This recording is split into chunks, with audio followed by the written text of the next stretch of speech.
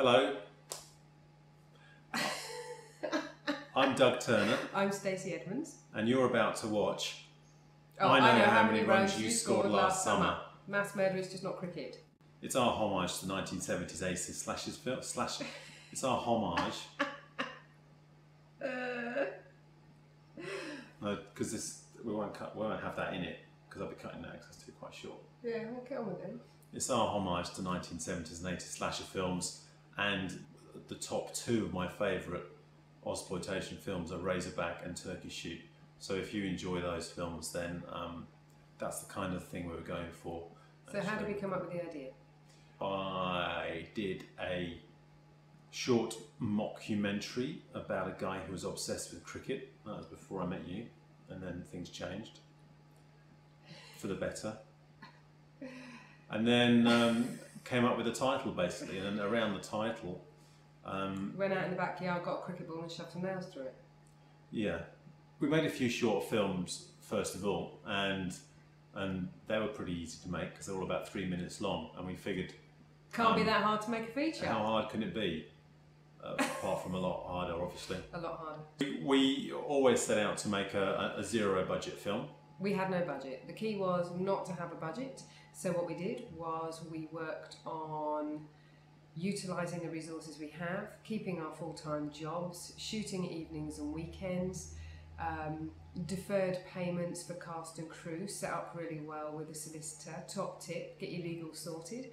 Because at any point, if you get to the point where you're going to distributors like we are now, you need to have your legal sorted. You need to be legal and you need to be safe. Yeah, there is really no such thing as guerrilla filmmaking. In the end. You can run and gun and you can shoot in a park without permission, great, whatever.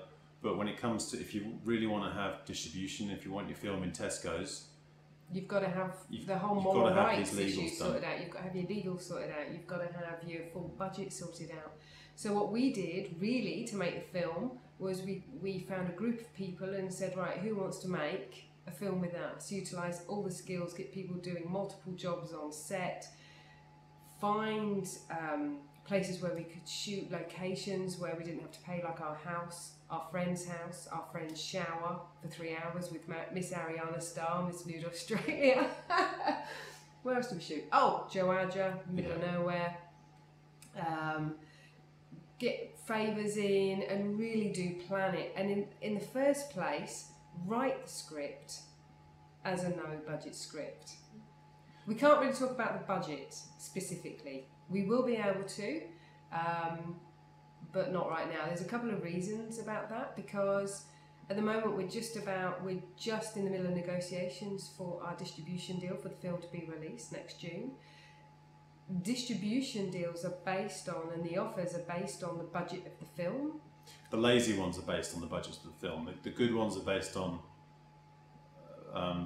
the projections of the sales of the film. But the lazy sales agents out there will basically do it on the budget. So they'll give you a certain percentage advance or minimum guarantee. But it still does influence. We know it still does influence. I know, tell them that. It still influences. The budget of the film still influences. And now to the technical part. Yeah, this is the kind of shit I'd be interested in, so that's why I'm saying it. So you can go out and get a corn dog or popcorn if you're not technical. We shot on Sony Z1s and FX1s. We did a lot of 2 camera setups to speed up the schedule. So one camera will be on close up, one camera on medium shot, and we shot a lot of stuff and had a lot of coverage and options in the edit.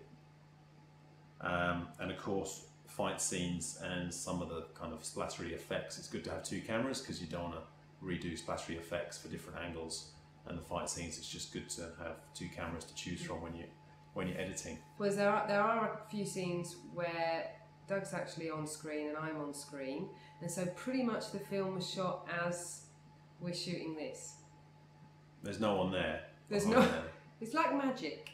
Yeah. There's minimal crew and then there's minimal crew. Another geeky bit is that a lot of the shots where we had it on sticks because we were in the shot, we added a slight kind of Bourne Ultimatum camera shake thing to it that we're kind of doing Star Trek Enterprise thing now. But a little bit of a camera shake to give it that camera shakage feel. So yeah, it was tricky when, you know, Stacey was producing and directing and I was directing and doing the DOPing, and we were both on screen at the same time. Only happened a couple of times, but it was interesting. Yeah, we didn't plan that very well, I don't think. No. So that's a top tip. Don't be in your own film, because it smacks of egotistical, maniacal tendencies. Just to, you know, cast yourself. Yeah, so we edited on this PC behind us, this thing. Normal desktop PC with a massive fuck off screen. And Premiere Pro CS3, Magic Bullet Looks for some of the grading, Magic Bullet Colorista for color correction. But the toppest tip of all is, if you're not a real whiz at doing your own audio, get someone else to do it who is. Because the most important thing in filmmaking is the sound. Especially horror films. Yeah. See, where we are now with the film is you're seeing a version that has been bought by the distributors. So that could potentially have been the version that will be on DVD, but there are a few tweaks we're making to it right now as we're sitting here tweaking. But if you have any ideas after the viewing, let us know. Let us know. We're tweaking. Email me and tell me what to tweak and where to tweak it. And we'll see what we can do. But email us very quickly, because the final version goes off to the audio fellas end of the month. End of the month. So email us at Doug, that's D-O-U-G, at media42, MEDIA number 4 number 2.com.au. If you've got any questions about low, no, ultra low budget filmmaking, do ask us, because there's so much we learn on the way. Oh, we learn from our mistakes, and we learn loads from our mistakes. Yeah, because anything that could have gone wrong did go wrong. Yes. It was a bit of a shame that Jai, our lead actor, went and got himself slashed in the face in Bangkok. And we had to have 3 months off shooting while he had plastic surgery. At least he didn't get banged in the face with a slashed cock.